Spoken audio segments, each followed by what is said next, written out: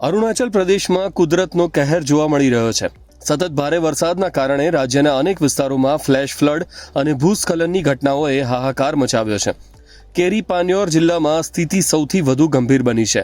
અનેક ઘરો અને રસ્તાઓને ભારે નુકસાન પહોંચ્યું છે, જ્યારે કેટલાક વિસ્તારોમાં મકાનો પાણીમાં તણાઈ ગયા હોવાના દ્રશ્યો સામે આવ્યા છે.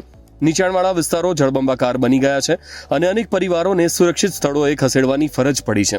ભારે વરસાદના કારણે રોડ કનેક્ટિવિટી પણ ખોરવાઈ ગઈ છે અને અનેક માર્ગો ભૂસ્ખલનના કારણે બંધ થઈ ગયા છે. 3 લોકો લાપતા હોવાનું સામે આવ્યું છે, જ્યારે બચાવ દળો સતત રાહત અને રેસ્ક્યુ ઓપરેશન ચલાવી રહ્યા છે. જો કે સતત વરસતા વરસાદને કારણે બચાવ કામગીરીમાં પણ ભારે પડકારો ઊભા થયા છે. ઈટાનગર સહિતના અનેક વિસ્તારોમાં ઘરોમાં પાણી ઘૂસી જતા જનજીવન સંપૂર્ણપણે અસ્તવ્યસ્ત બની ગયું છે. હવામાન વિભાગે હજુ વધુ ભારે વરસાદની આગાહી કરી છે અને લોકોને નદી નાળા તથા જોખમી વિસ્તારોમાં ન જવાની સલાહ આપી છે. અરુણાચલ પ્રદેશમાં વરસાદી કહેર હજુ યથાવત છે.